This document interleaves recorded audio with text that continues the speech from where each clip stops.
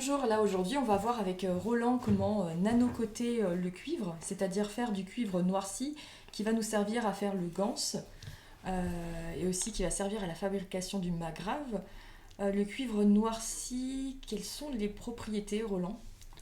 Eh bien, donc ce qu'on disait, c'est le cuivre nanocoté, donc qui, de manière à obtenir une véritable peinture, comme une peinture, une couche, donc qui a la propriété d'être un isolant sur le plan électrique pur, et par contre, un très bon récepteur de l'énergie de la source.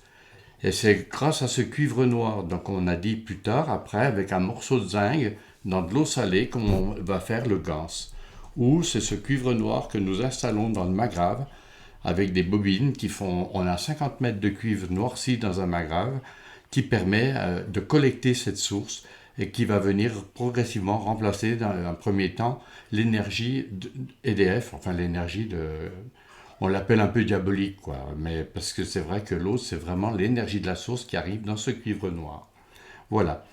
Donc cette méthode de nanocotage, je l'appelle méthode Roland, c'est pas par fierté et trucs comme ça, c'est pour prendre mes propres engagements parce que les origines de nanocotage sont beaucoup plus compliquées, puisqu'on vous fait prendre soude caustique, eau bouillante, et derrière tout ça, personne ne fabrique parce que ça devient monstrueux. Il faut s'habiller en cosmonaute, ça devient impossible. Et donc, moi, j'ai fait beaucoup d'essais et j'ai réalisé une méthode, j'estime, qui est beaucoup plus simple. Et je veux amener avec vous beaucoup de monde, puisqu'avant, c'était trop compliqué, personne nanocotait. Alors qu'aujourd'hui, de partout se met à nanocoter le cuivre, parce que cette méthode est beaucoup plus simple, en partant d'une lessive de soude du commerce, que l'on va mettre dans un boîte en plastique. Et du coup le nanocotage, c'est-à-dire la technologie du cuivre noirci, c'est une technologie qui apparemment existait déjà bien avant. Oui, bien sûr, parce qu'on peut nanocoter même au feu de bois, dans la braise. Que je disais que cette technologie a été donnée 5 fois aux hommes, donc je pense que c'était une période où on savait nanocoter. Souvent, quand on voit pour moi des fleurs de vie, on n'en voit que le résultat final, mais les origines, je pense qu'on peut avoir des fleurs de vie noircies en cuivre noir. On commence à découvrir plein de choses et avoir des réponses sur pourquoi c'était fait ainsi. Je pense que les Égyptiens maîtrisaient cette manière de faire, mais qui était vraiment faite au feu et peut-être donc à la cendre de bois. Enfin, voilà, il y a eu plusieurs méthodes, hein. Voilà. Moi, ce que je ne sais pas, c'est avant la simplicité. Donc, le monde moderne nous permet, avec cette lessive à 30%, d'apporter une simplicité de fabrication qui est dérivée un peu on appelle ça le nanocotage à froid, méthode allemande. Donc, c'est pas moi réellement qui l'ai mis au point, mais moi, j'ai cherché avec les matériaux, avec ce qui existe aujourd'hui pour simplifier, pour qu'il y ait plus de monde possible qui puisse faire cette procédure. Voilà. On voit que c'est simple, hein, parce que là, Oui. les matériaux que tu as mis, c'est de la simple lessive de De soude soude. qu'on trouve en magasin. Voilà. Ici, on a une barquette alimentaire Voilà. hermétique. Oui.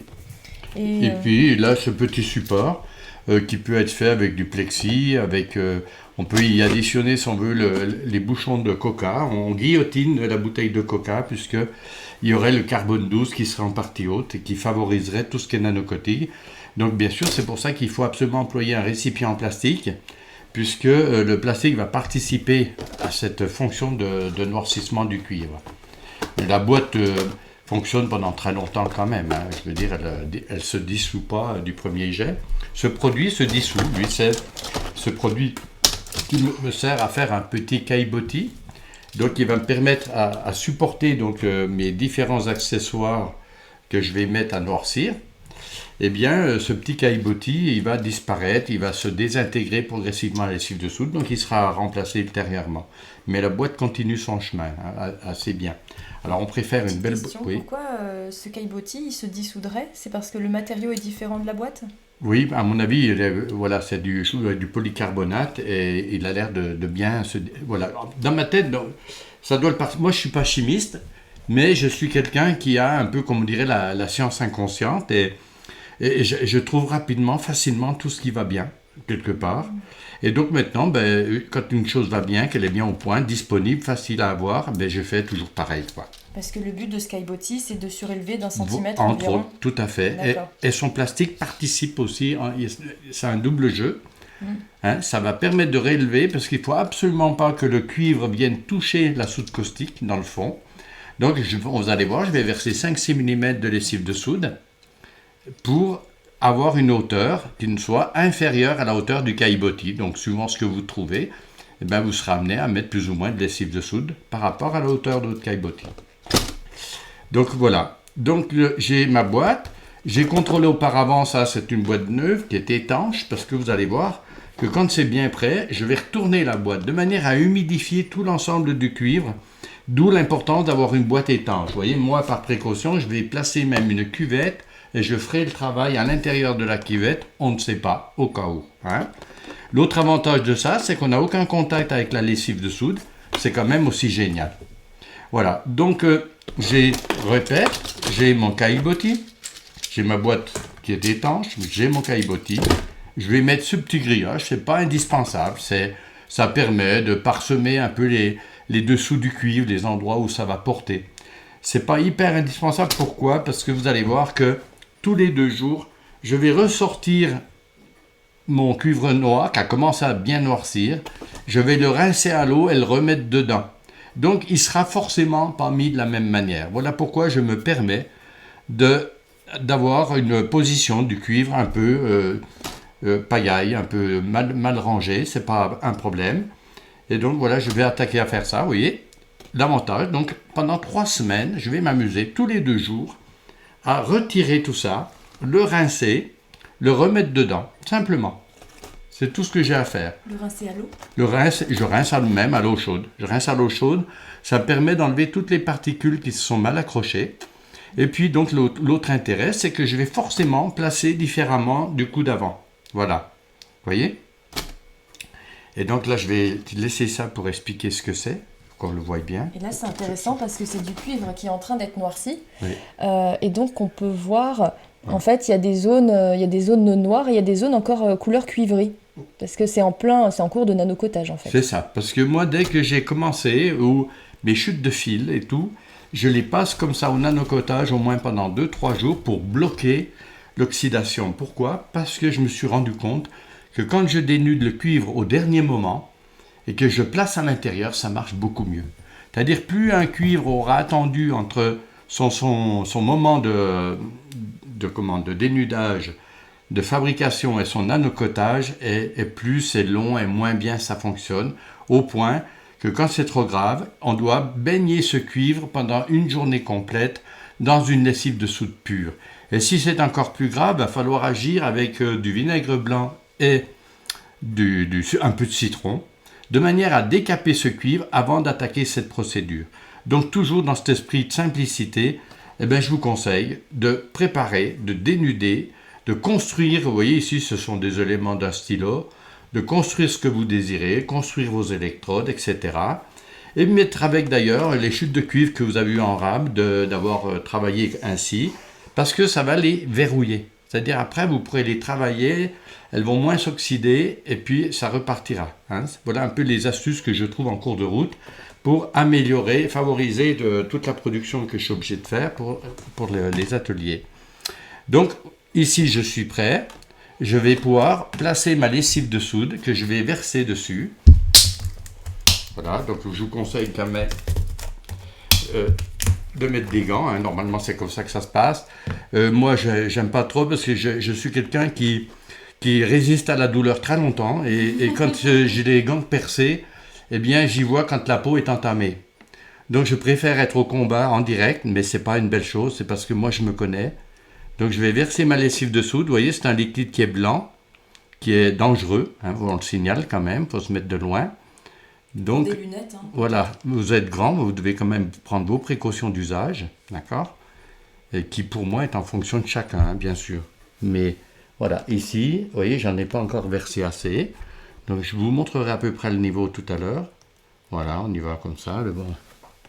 Ouais, j'aime bien voir tout ça, c'est parfait. Ok, voilà. Donc là, la précaution par contre pour moi essentielle, ne vous mettez pas au-dessus d'un évier en inox, ça risque mal se passer si quelques gouttes tombent à côté. Au niveau de l'inox, ça va attaquer l'inox, mais ça vous serait triste. Et donc moi je ferme là délicatement, bien comme il faut ma boîte. Ces boîtes-là sont géniales. Vous dirait les boîtes de croissants, les boîtes alimentaires. Oui, c'est voilà, les boîtes alimentaires. Et Donc paella, couscous, on les retrouve toujours souvent chez les traiteurs, vous voyez. Donc ici, ça me permet de vous montrer la lessive de soude. Je pense que vous devez voir un peu le liquide à placer.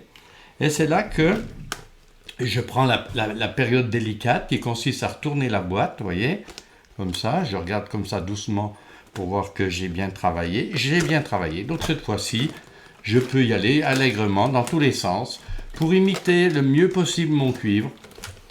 Dans tous les sens, voilà. Et là, il me suffit simplement de mettre ça au soleil, sur un radiateur de chauffage, parce que le chauffage va multiplier par 3 ou 4 la puissance de la lessive de soude. Donc cette lessive de soude, elle est déjà diluée dans le commerce à 30%, donc je l'emploie directement comme ça. Mais l'avantage, elle est fabriquée, elle ne vaut pas cher, c'est vraiment à portée de main pour tout le monde.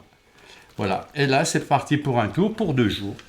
Donc dans 2 jours, qu'est-ce que je fais? J'ouvre ma boîte, je prends, là vous êtes délicat, là vous mettez le gant, vous prenez l'intérieur, vous rincez à l'eau chaude et vous repositionnez à l'intérieur et vous refaites la même histoire à chaque fois. À chaque fois il faut venir humecter parce que ça vous fait gagner un temps considérable.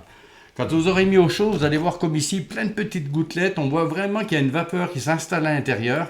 Et c'est cette vapeur qui vient noircir ce cuivre, tout simplement. Et du coup, l'opération, on la renouvelle tous les 2 jours pendant 21 jours à peu près? Voilà, à peu près. Maintenant, si vous l'allez à 2 mois, c'est encore mieux. C'est-à-dire que plus on va répéter cette opération longtemps, plus on va additionner des couches. Il a expliqué par M. Kesch qu'on peut arriver jusqu'à 50 000 couches qui vont s'additionner les unes sur les autres. Voilà. Des couches de cuivre noirci. Des couches de carbone, des couches de carbone qui vont s'aligner. D'accord?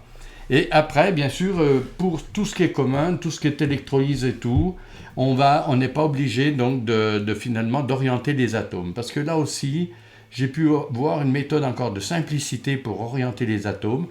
Et je suis très heureux de voir qu'en allant sur Kesch Taïwan, à l'autre bout de la Terre, on a la même idée. C'est-à-dire que moi, quand je fais une bobine, je vais la court-circuiter sur elle-même, comme ça. D'accord? Et un petit crochet. Voilà.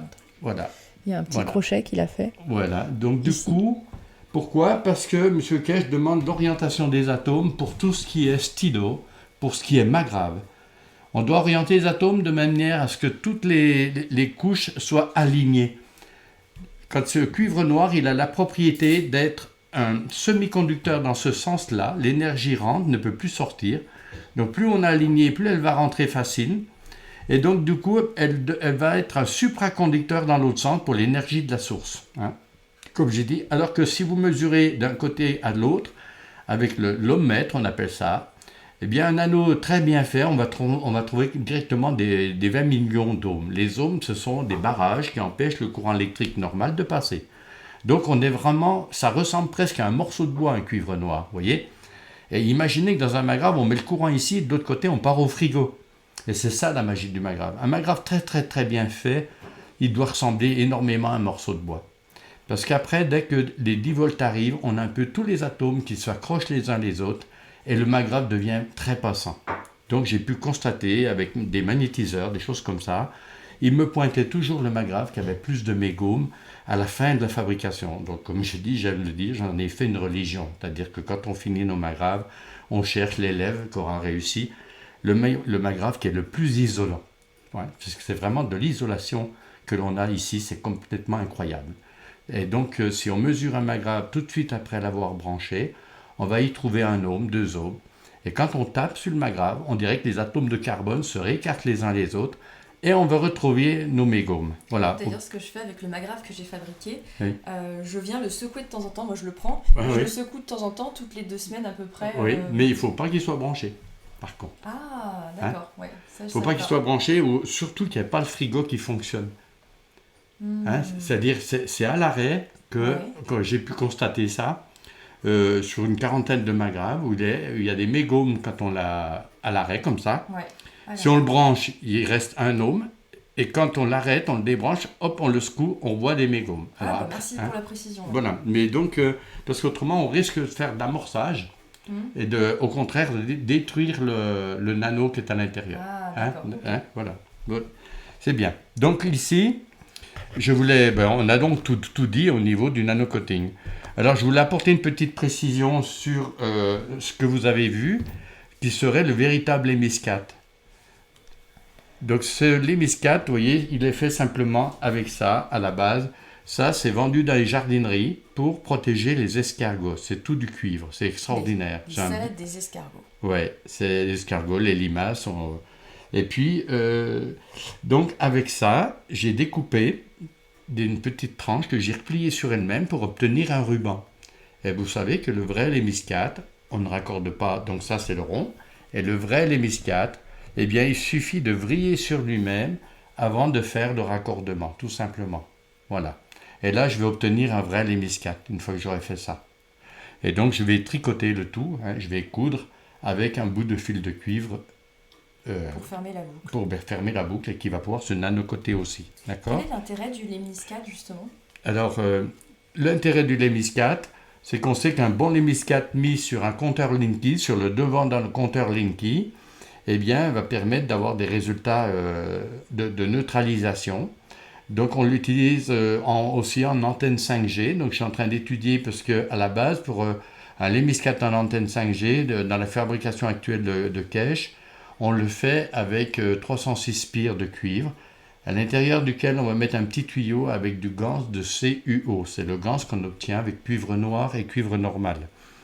Et donc ça, c'est un nouveau LC. D'avoir découvert ce grillage-là, je pense que j'obtiendrai le vrai lémiscate du fait que je suis quelque chose à plat. Et donc, qu'est-ce que je vais faire avec ce... voilà, une fois qu'il sera nanocoté, vous imaginez la puissance que je vais avoir. Voilà, ça va faire partie des nouveaux essais. L'intérêt est que c'est nanocoté après. Voilà, il faut que ça soit nanocoté, bien sûr. Voilà, je voulais dire aussi au passage que quand on nanocote, on met le même matériau. Là, j'ai nanocoté tout du cuivre. Si demain, je dois nanocoter du zinc, 2 choses pour le zinc. Déjà, je ferai une boîte très spéciale avec la soude caustique du zinc. Parce que vous allez voir, cette soude caustique, progressivement, elle va bleuir, verdir, elle va prendre le teint de l'oxyde de cuivre. Donc, on n'a pas trop envie de mélanger les familles. Donc, si je veux nanocoter du zinc, je ferai une boîte spéciale dans laquelle je mettrai du zinc. On a des particularités à nanocoter du zinc dans les cas de figure. On va faire ce qu'on appelle un véritable ZNO, puisqu'on raccordera ensemble un zinc nanocoté et un zinc normal. Mais le zinc nanocoté est très peu, et pas beaucoup utilisé, donc on en parle peu, c'est-à-dire c'est pour des expériences un peu spécifiques. On ne devrait pas trop l'amener ici, quoi. Oui, c'est vrai. Ça sera peut-être un autre sujet, un autre chapitre, voilà. s'il y en a qui sont intéressés. Tout à fait. Moi, je voulais simplement montrer la simplicité du lémiscate, parce que ça ne nécessite pas pour moi de faire une vidéo complète. Et c'est tout, quoi. Simplement cette partie-là. Eh ben, merci beaucoup Roland, ça va être très clair pour beaucoup de personnes je pense. J'espère. Et puis ça va inviter beaucoup de personnes à faire le cuivre noirci chez eux puisque le matériel est très simple, la technique est très simple, protégez-vous. Et puis là vous avez votre propre nanocotage et libre à vos créations. C'est ça. Merci Roland. Allez, c'est bien. Au revoir.